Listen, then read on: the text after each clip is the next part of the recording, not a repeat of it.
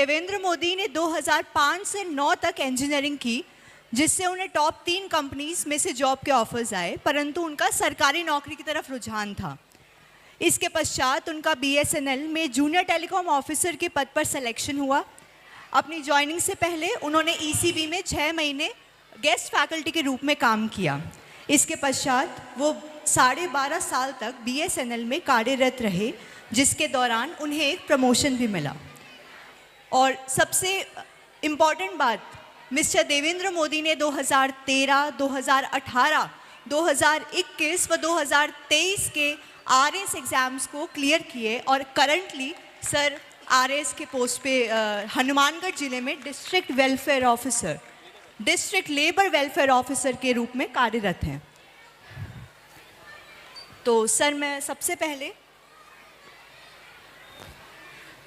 आपसे जानना चाहूँगी कि इस दौरान, आपके ये पूरे प्रोफेशनल लाइफ के दौरान, आपका सपोर्ट सिस्टम क्या रहा और आप इस बारे में अपने स्टूडेंट से, भावी हमारी जनता से क्या बोलना चाहेंगे?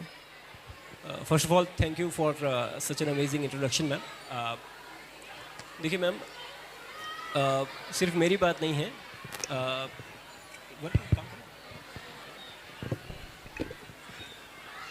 सिर्फ मेरी बात नहीं मैम, जो भी बच्चे कोई एग्ज़ाम दे रहे हैं या कम्पिटिटिव एग्ज़ाम्स दे रहे हैं, तो उनका first and most important support system उनकी फैमिली ही होता है। मेरे केस में भी वही रहा और मैं थोड़ा लकी हूँ कि मेरी फैमिली ने बहुत अच्छे से मुझे सपोर्ट किया। एट टाइम्स जब हम इन एग्ज़ाम्स की तैयारी करते हैं तो हम बहुत चिड़चिड़े हो जाते हैं, शॉर्ट टेम्पर्ड हो जाते हैं, बट मेरी फैमिली ने हमेशा पेशेंस रखा।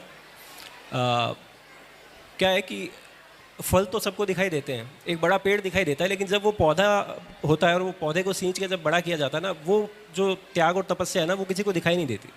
वो हमारे पेरेंट्स होते हैं जो हमें इस लायक बनाते हैं कि हम कुछ कर सकें। मेरे सपोर्ट सिस्टम में जैसे मेरे पेरेंट्स हैं, मेरी सिस्टर्स हैं, तो मैं उनसे कुछ भी शेयर कर सकता हूँ, अप्स एंड डाउन्स। मेरी वाइफ है, मेरे RS एग्ज़ाम के प्रिपरेशन के चलते उसके जो बिजनेस प्लान्स थे वो 4 से 5 साल डिले हो गए, just because I was not there to support हर।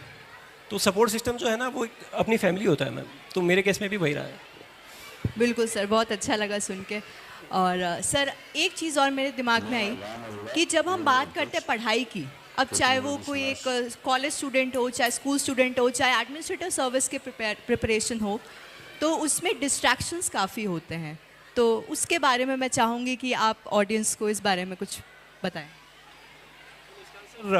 इसका आंसर थोड़ा सा लंबा हो सकता है, तो please bear with me. Distraction हमेशा आएंगे, ये पहले भी थे, सोशल मीडिया नहीं था तब भी थे, और अब सोशल मीडिया तो थोड़े और ज़्यादा हो गए। जब तक हमें ये नहीं पता होता ना कि मेरा पर्पस क्या है लाइफ में, मुझे क्या करना है और क्या से इम्पोर्टेंट है कि मुझे वो क्यों करना है, तब तक हम डिस्ट्रैक्शन के साथ इधर उधर घूमते रहते हैं। जिस दिन हमें ये समझ में आ जाता है ना कि मेरा पर्पस क्या है, उस दिन ये डिस्ट्रैक्शंस अपने आप हट जाते हैं। ऐसा कोई टूल नहीं है जो आपके डिस्ट्रैक्शंस को दूर कर सकता है। ये आपके अंदर से ही आवाज़ आती है, आप खुद समझ जाते हो कि हाँ, मेरा ये लक्ष्य है और मुझे ये करना है। एक मोटिवेशनल स्पीकर हैं संदीप माहेश्वरी, एक बार मैं उनका रील देख रहा था तो उन्होंने कहा था कि नाविक जब समुद्र में नाव लेके जाते हैं ना, तो कई बार तूफान आते हैं और वो अंधेरा भी होता है, रात भी होती है, वो अपनी दिशा पूरी तरह भटक जाते हैं, लेकिन वो ना ध्रुव तारे की तरफ देखते हैं जब तूफान शांत हो जाता है तब, और उससे उनको अपनी दिशा का ज्ञान हो जाता है।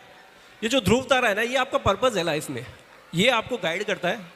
और जब आपको अपना पर्पस मिल जाए, अच्छा किसी को नहीं मिला है पर्पस, तो 2 तरीके हैं मेरे पास पर्पस जानने के, उस पर हम बाद में आएंगे। जस्ट डिस्ट्रैक्शन की बात है तो शॉर्ट में मैं इतना कह सकता हूँ कि अगर आपको पर्पस पता है ना अपने जीवन का, तो डिस्ट्रैक्शन नहीं आएंगे आपके जीवन में।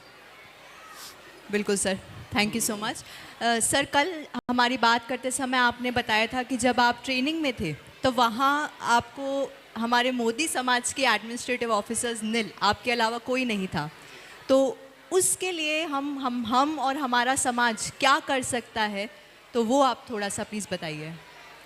देखिए, इसका थोड़ा सा कॉन्टेक्स्ट है कि मैं जब अभी फाउंडेशन कोर्स में था तो हम 297 लोग थे स्टेट सर्विसेज के, और 297 में क्या है कि वहाँ पे 2 तरह से ग्रुपिज्म हो जाता है। एक तो होता है कि जो आप जिस कम्युनिटी से आ रहे हो, जैसे बिश्नोइयों का एक अलग ग्रुप हो गया, जाटों का हो गया, राजपूतों का हो गया, मीणा समाज का हो गया, जांगीड़ का हो गया, मतलब सुथार। और दूसरा जो ग्रुपिज्म होता है वो आपकी सर्विस से होता है। जो प्रॉपर एसडीएम लग रहे हैं उनका एक अलग ग्रुप हो गया, जो डीएसपीज हैं उनका अलग हो गया, डीटीओज का अलग हो गया।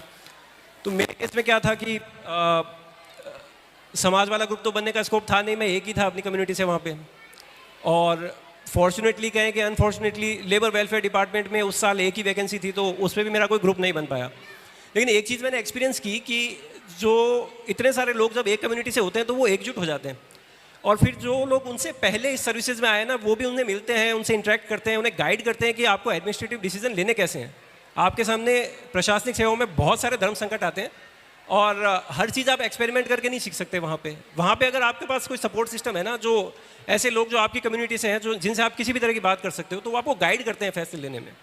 अब ये हमारी विडंबना है कि आज 1100 लोग सम्मानित हो रहे हैं, मैंने सुना लगभग 1100, और 1100 में से हम 11 भी एडमिनिस्ट्रेटिव ऑफिसर नहीं निकाल पा रहे अपने समाज से, तो कहीं तो हमें कमी है, और इस कमी को हमें मिलकर ही दूर करना पड़ेगा। एक इकोसिस्टम हमें बनाना पड़ेगा जिससे हम आने वाले 2-3 साल में एडमिनिस्ट्रेटिव ऑफिसर्स की संख्या बढ़ा सके अपने समाज में।